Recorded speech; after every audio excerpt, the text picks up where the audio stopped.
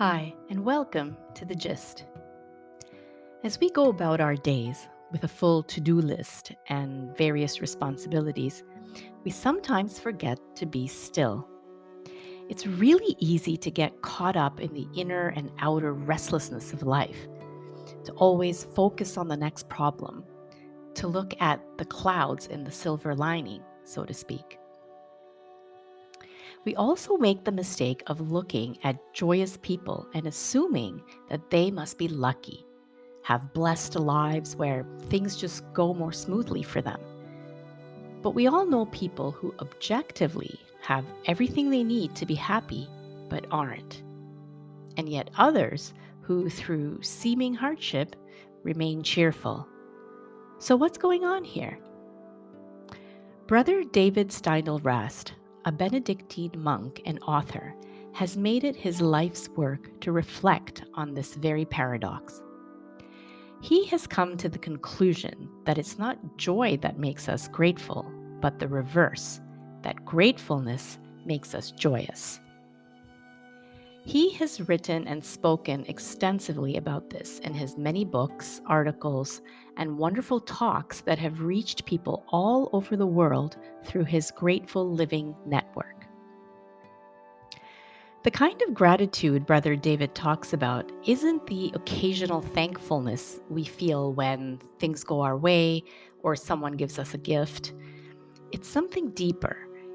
It's an attitude we cultivate towards life and a commitment we make to staying awake for all the big and small things in this human experience.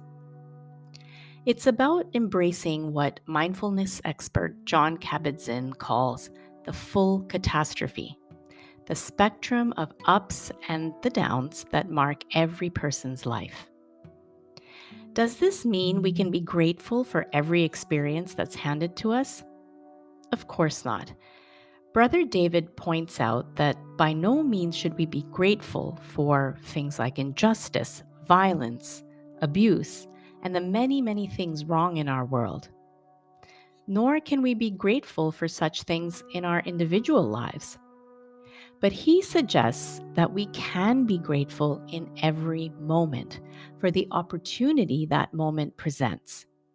The opportunity to learn from difficulty, to find creative solutions, to stand up for something, to help one another, to practice patient acceptance of that which we cannot control.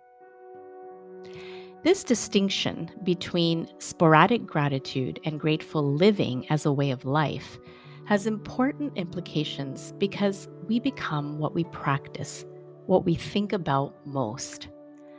Our brains are always collecting and storing data on our experiences, and most of us develop a vast store of negative thoughts without even realizing it. This natural negativity bias in our minds has some evolutionary roots, where focusing on potential threats kept us safe from harm. In our modern world, such physical threats aren't as common, but our minds still give in to this bias. The more we practice grateful living, the more our minds can fill up with positive thoughts that, over time, crowd out the habits of negativity and of taking good things for granted. Grateful living also has the added benefit of being simple to practice in the moment with immediate results. Steindl-Rast asks us to remember to stop, look, go.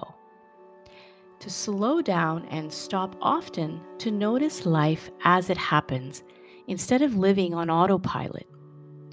To look for the opportunity in each moment and then to act on that opportunity with a calm rather than a frenzied mind.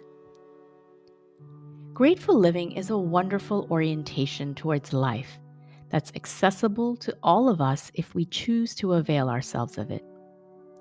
It opens us up to the abundance in our lives and allows us to operate in the world with more empathy and less fear. To see our differences as a benefit rather than a threat. to have a more expansive view of our place amongst other people and our planet as a whole.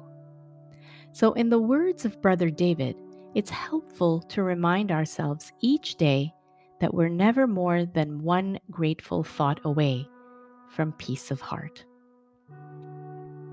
On that note, wishing you a great week ahead, be well, and see you next time on The Gist.